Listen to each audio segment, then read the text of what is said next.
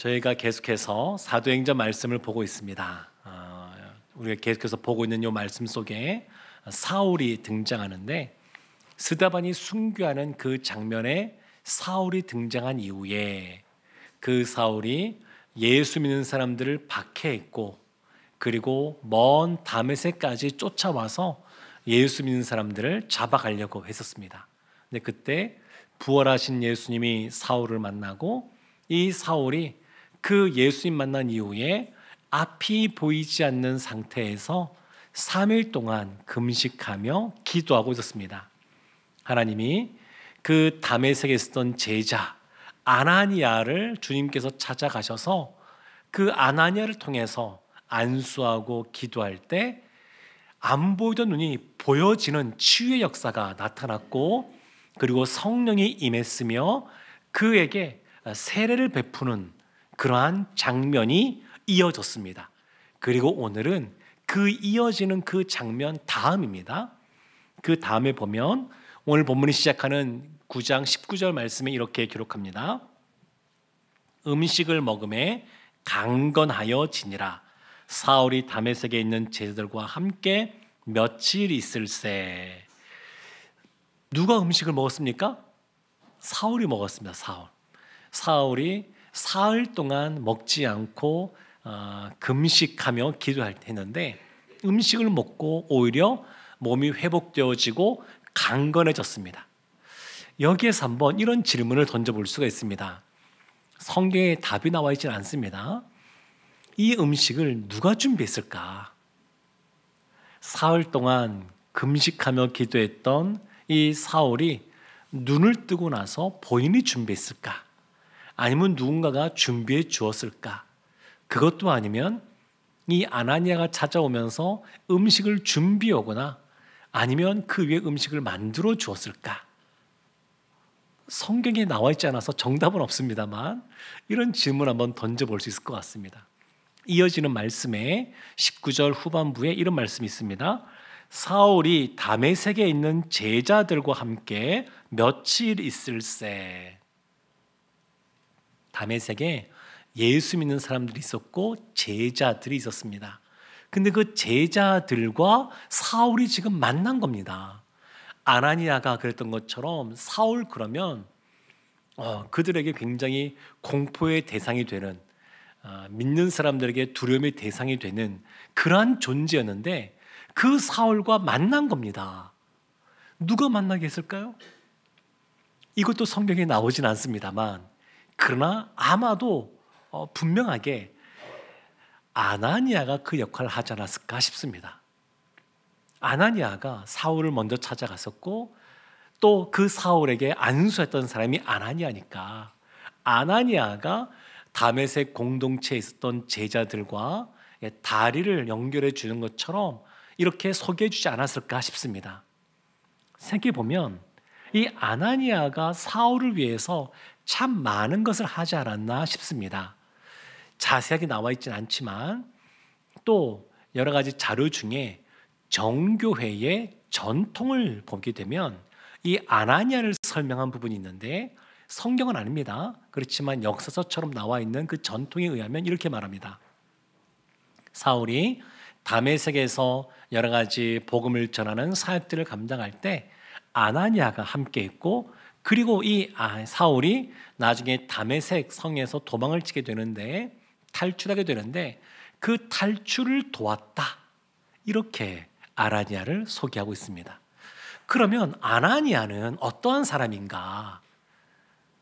아나니아는 마치 예루살렘 공동체에서 바나바가 사울을 소개하고 안디옥 공동체에서 바나바가 이 사울, 바울을 소개했던 것처럼 다메섹 공동체에서 이 사울을 소개해 준 사람, 예수님 믿고 홀로 신앙생활하는 것이 아니라 믿는 사람들과 더불어 신앙생활하는 것인데, 예수님께서 사울에게 찾아오셔서 구원을 주었다 한다 할지라도 그 사울이 그 공동체에서 함께 사람들과 어우러지고 교제하고 할 때는 이 아나니아가 큰 역할을 감당했다, 이렇게 볼 수 있습니다. 그래서 이 사울의 뒤에서 든든한 후원자로 있던 사람이 이 아나니아라고 말할 수가 있습니다. 사울이 늘 유대인들의 대표 주자였습니다. 유대인들이 자신들의 어떤 신앙이나 또 자신들이 뭔가 하고자 하는 거 할 때 그 대표적으로 그 모든 것을 앞장서 행하던 사람을 사울이라고 인정해 주었습니다. 근데 보십시오. 예수님 만난 다음에 이 사울이 만나서 교제하는 사람들이 달라졌습니다. 그 전에 배격했던 예수 믿던 사람들과 지금 만나는 겁니다. 이건 오늘날 우리도 마찬가지입니다. 예수님 믿으면 우리가 가깝게 지내는 사람들이 달라집니다. 우리의 교제권이 달라집니다. 믿지 않는 사람들과 교제하지 말라 이런 뜻이 아닙니다. 아시겠지만 그런 것이 아니라 믿지 않는 사람들과는 통하지 않는, 대화가 되지 않는 영역이 있습니다. 영적인 부분에 있어서, 믿음의 영역에 있어서 믿는 사람들만이 이야기할 수 있고 또 공감해 줄 수 있는 영역이 있습니다. 그러니까 교제권이 달라지는 겁니다. 이 사울이 다메섹 공동체에 서로 교제하면서 또 그 공동체와 함께하게 되었습니다. 오늘 본문의 말씀을 통해서는 어떤 것을 살펴볼 수 있냐면, 사울이 다메섹 도상에서 예수를 만났습니다. 그리고 구원받은 자가 되었습니다. 성령으로 거듭났습니다. 그러면 구원받은 자가, 성령으로 거듭난 자가 어떠한 모습을 보여주느냐, 그것을 오늘 본문에서 찾아볼 수가 있습니다. 그리고 이것은 이 사울이 자신이 죽였던 그 스데반이 보였던 모습과 일맥상통한 그러한 모습인 것을 또한 발견할 수가 있습니다.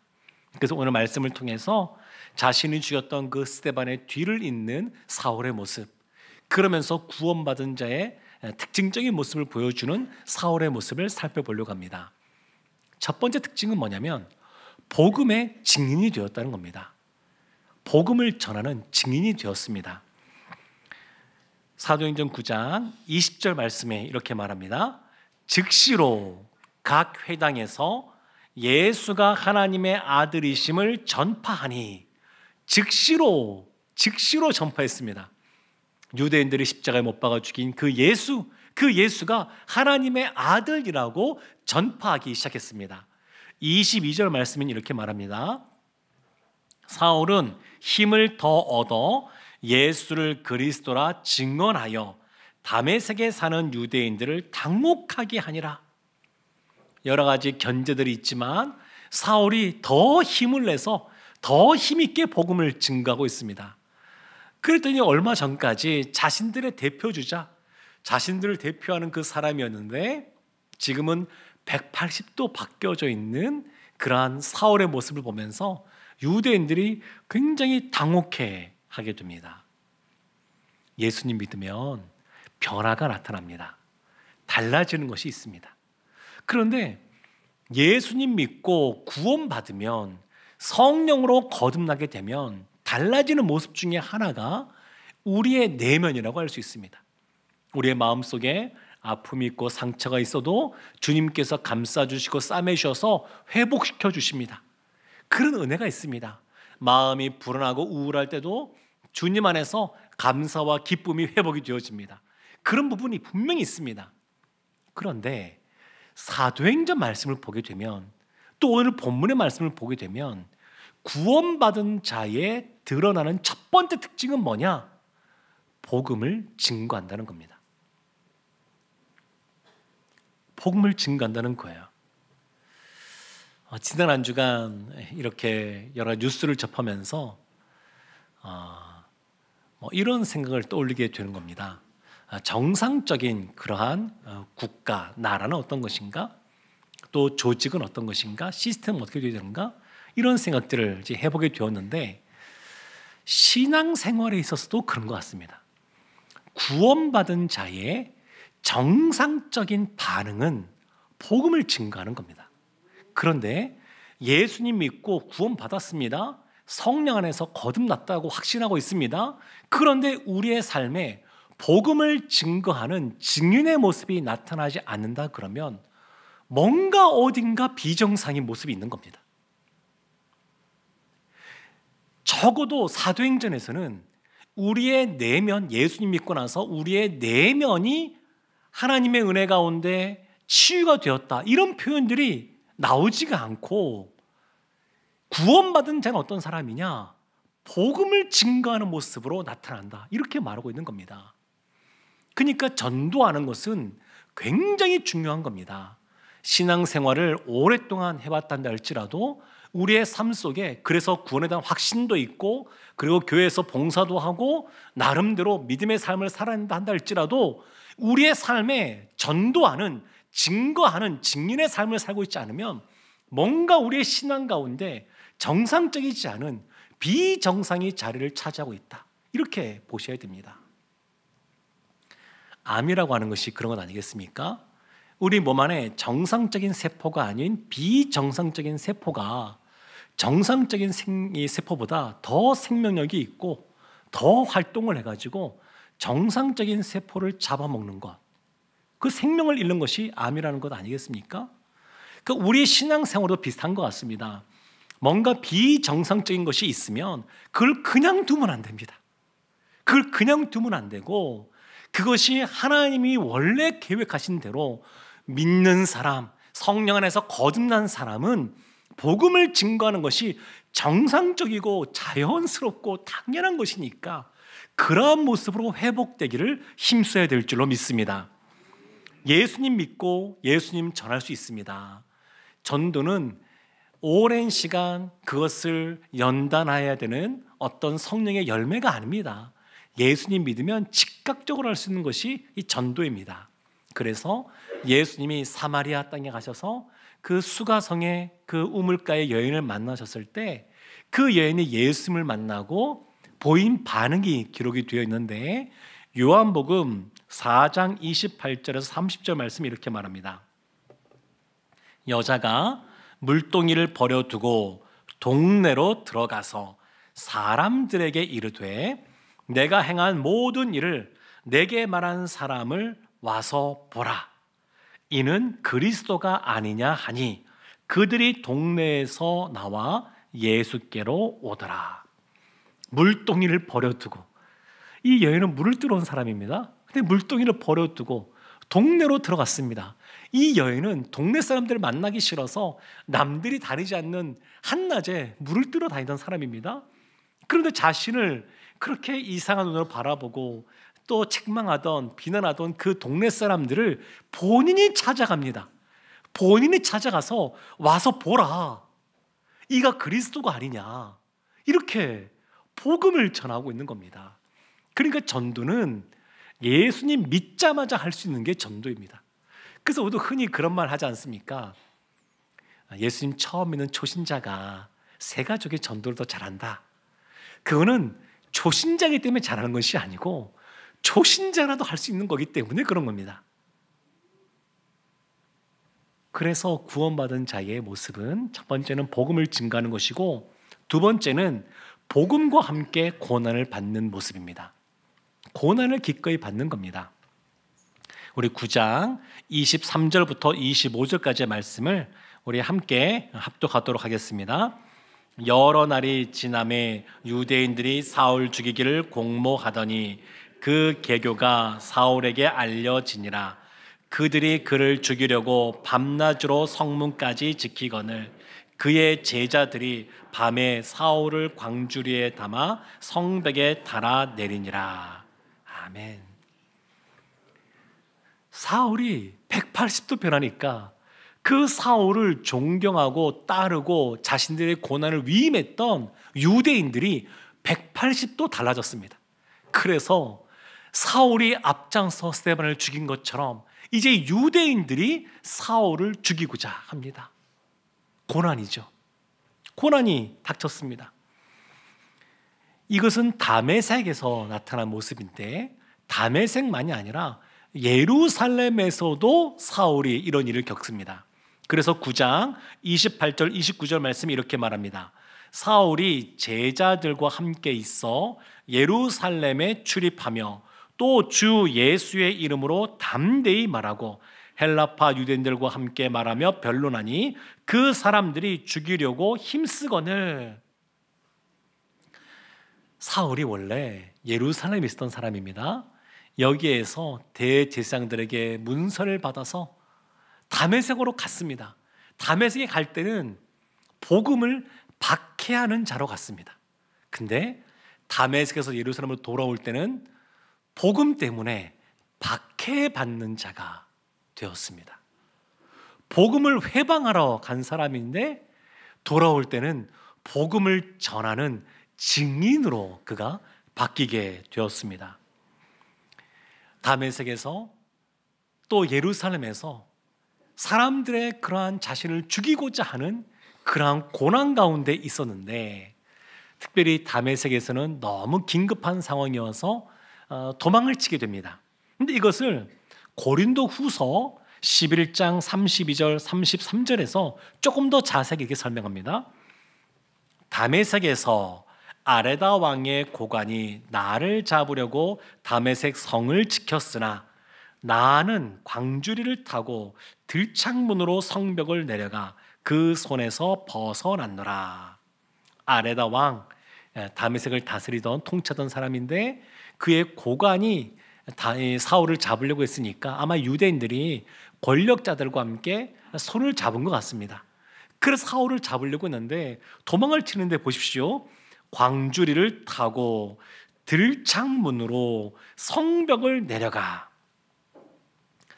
어떻게 좀 모양새가 좀 이렇게 떳떳하고 당당하지 못하고 좀 이렇게 좀 찌질해 보이고 그러지 않습니까? 그럼 생각해 보십시오. 하나님이 이 사울을 이방인의 사도로 세우셨습니다. 그에게 큰 이런 사명을 맡겼습니다. 그러면 하나님께서 이와 같은 사명을 주셨고 특별히 주님의 음성을 통해서 이런 일들을 들었던 사울이니까 다메섹에서 나올 때도 당당하게 성문을 딱 열고 통과해야 되는 것 아니겠습니까? 그런데 그렇지 않고 그냥 불쌍하게 도망치는 것 자처럼 이렇게 나오게 되는 겁니다. 하나님의 사람으로 하나님께서 인도하시는 길을 걸어갈 때에 이런 일도 만나기도 합니다. 그래서 단순히 우리가 생각할 때 하는 일들이 좀 꼬이고 잘 안 될 때 하나님께서 함께하지 않는다 이렇게 말할 수 없고, 어떤 일들이 너무 잘 풀어지고 잘 된다 그래서 하나님이 이 모든 것을 다 행하셨다 이렇게 말하기도 어렵습니다. 어떤 경우에는 하나님의 감옥에 갇혔던 베드로도 그 문이 열리게 해주시고 나오게 해주시기도 하시지만, 어떤 경우에는 복음 때문에 이와 같이 도망치기도 하고 복음 때문에 로마의 감옥에 갇히기도 합니다. 중요한 것은 복음과 함께 있으면 예수님께서 말씀하신 것처럼 자기를 부인하고 자기 십자가를 지고 따라가야 될 때가 있습니다. 지금 사울은 그러한 때를 보내고 있습니다. 구원받은 자는 복음을 증거합니다. 구원받은 자는 성령으로 거듭난 사람은 기꺼이 복음과 함께 고난도 받습니다. 또한 세 번째 특징이 있는데, 구원받은 사람은 그 구원받아서 변화된 모습이 감추어지지가 않습니다. 변화된 모습이 드러나게 되어 있습니다. 사람들이 인정을 해줍니다. 스데반도 보게 되면 7 집사로 세워질 때 사람들에게 인정받는 사람이었습니다. 믿는 사람들은 그것이 드러납니다. 사도행전 9장 26절 27절 말씀에 보면 예루살렘에서 이런 일이 벌어졌습니다. 사울이 예루살렘에 가서 제자들을 사귀고자 하나 다 두려워하여 그가 제자됨을 믿지 아니하니 바나바가 데리고 사도들에게 가서 그가 길에서 어떻게 주를 보았는지와 주께서 그에게 말씀하신 일과 다메섹에서 그가 어떻게 예수의 이름으로 담대히 말하였는지를 전하니라. 사울이 예루살렘에 가서 사람들과 제자들과 함께 사귀고자 하지만 사람들은 다 두려워합니다.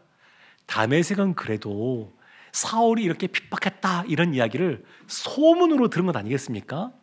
근데 예루살렘 교회 성도님들은 직접 겪은 것 아니겠습니까? 사울 때문에 내 가족이 죽고 우리 집안이 풍지박산나고 사울 때문에 옥에 갇혀서 여러 가지 어려움을 겪었던 사람들, 그런 사람들이니까 더 두려워하는 겁니다. 근데 그때 다메섹의 아나니아처럼 예루살렘 교회에 이 바나바가 나서 가지고 이 사울이 어떻게 변화되었는지, 또 어떠한 삶을 살고 있는지 그런 것들을 설명해 주면서 잘 어울러 주게 합니다. 사실 교회에도 이런 분들이 꼭 필요합니다. 우리 가운데도 처음 예수님 믿는 분, 또 새가족을 함께 하시는 분들 계시는데, 그런 분들이 교회에 잘 적응할 수 있도록 바나바처럼, 아나니아처럼 이렇게 설명해 주고 또 안내해 주고 또 그렇게 가교 역할하는 사람이 꼭 필요합니다. 사울도 바나바 같은 사람이 있었기 때문에 예루살렘 공동체와 함께 할 수가 있었습니다. 우리나라에 아주 놀라운 치유 사역을 했었던 김익두 목사님이라는 분이 계셨습니다. 흔히 불의 종, 능력의 종 이렇게 말하는데, 근데 그 김익두 목사님이 아주 유명한 평양 시내의 깡패였습니다. 근데 예수님을 믿고 나서 김익두 목사님이 부고장을 써서 가까운 사람들에게 보냈다 그럽니다. 김익두 사망. 그래서 이 부고장을 받고 나서 평양 시내 상인들이 그렇게 즐거워했답니다. 김익두가 죽었대. 그런데 얼마 지나지 않아서 이 김익두 목사님이 검은색 옷을 입고 검은색 책을 딱 끼고 평양 시내를 또 다니기 시작하는 겁니다. 그러면서 아니 죽었던 사람이 왜 살아있을까? 그러다가 소문이 나겠습니다. 김익두가 변했대. 옛날에 김익두가 아니래. 이런 소문들이 퍼지고, 그러다 보니까 사람들이 예전의 모습을 잊어버리고 그 보여지는 모습 속에서 이제 김익두 목사님을 때리는 깡패들이 나오기 시작한 겁니다. 그래서 예전엔 날마다 사람들을 팼는데 이제는 누가 때리면 맞는 사람이 되었고, 이런 또한 일화가 남아있는데, 한 겨울에 평양의 한 상인이 얼음물을 바가지에 담아서 김익두 목사님에게 뿌려버렸답니다. 그랬더니 김익두 목사님이 웃으면서 이렇게 말했대요. 내가 옛날에 김익두가 죽었다는 것을 감사하게 생각하세요. 안 그랬으면 당신 오늘 진짜 죽었습니다. 그렇게 하고 지나갔다 그러는데, 예수님 믿으면 변화되고요, 변화된 것을 본인뿐만 아니라 주변 사람들도 압니다. 예수 믿으면 변화된 것이 있습니다. 그러면 어떤 일이 벌어질까요?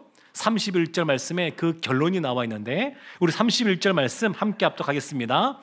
그리하여 온 유대와 갈릴리와 사마리아 교회가 평안하여 든든히 서가고 주를 경외함과 성령의 위로로 진행하여 수가 더 많아지니라. 아멘.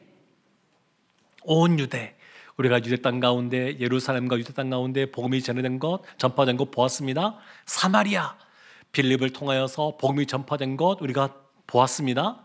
그런데 온 유대와 사마리아 교회만이 아니라 어디가 또 있냐면 갈릴리 교회가 있다고 지금 말하고 있습니다. 갈릴리 교회. 누가 복음을 전했을까요? 성경에 나오지 않습니다. 성경에서 모든 것을 다 설명하고 있지 않습니다. 기록하고 있지 않습니다. 그렇지만 누군가 무명의 그리스도인이 갈릴리 가서 복음을 증거했고, 갈릴리에도 주를 믿고 따르는 제자들이, 그래서 아름다운 교회 공동체가 세워진 것을 볼 수 있습니다. 근데 이 온 유대와 갈릴리와 사마리아 교회에 또 다메섹에 어떤 일이 벌어지느냐? 평안하여. 그러니까 교회가 교회다운 모습이라 그러면, 정상적인 교회라 그러면 주님께서 다스리시고 통치하는 교회 아니겠습니까? 그리고 주님께서 역사하시는 교회 아니겠습니까? 그런 정상적인 교회라 그러면 첫 번째 어떠한 교회냐? 평안한 교회입니다. 평안한 교회. 평안하여 그랬던 것처럼 평안한 교회입니다. 두 번째, 든든히 서가는 교회입니다. 든든히 서가는 교회. 잘 세워져 가는 교회이죠. 세 번째, 어떤 교회가 또 정상적인 교회냐? 주를 경외함과 성령의 위로로 진행하여. 그러니까 잘 진행해 나가는 교회입니다. 잘 진행 나가는 교회. 그러면 그 결과가 뭐냐? 그 수가 더 많아지니라. 수적으로 성장하는 교회, 이것이 정상적인 교회라고 말할 수가 있습니다. 사랑하는 성도 여러분, 오늘 본문의 말씀에서 예수님을 만나고 구원받은 사울이 어떠한 일을 했는지 살펴볼 수가 있습니다. 복음을 증거했고 고난을 기꺼이 감수했고, 그러면서도 또 그 변화된 모습을 사람들에게 보여주는 그러한 모습이 이 사울에게 있었습니다. 우리도 예수님 믿고 구원받은 줄로 믿습니다. 우리도 성령으로 거듭난 줄로 믿습니다. 그래서 우리도 기꺼이 우리의 삶의 자리에서 기회가 주어지고 안 주어지고 상관없이 될 때마다 복음을 증거하는 삶을 살아가고, 또 기꺼이 우리에게 주어진 자기 십자가를 감당하고, 또 주님 안에서 기쁨으로 살아가는 우리 모두가 되어서 하나님이 주시는 풍성한 그러한 부흥의 역사, 은혜를 경험하시기를 주님의 이름으로 축원합니다. 아멘.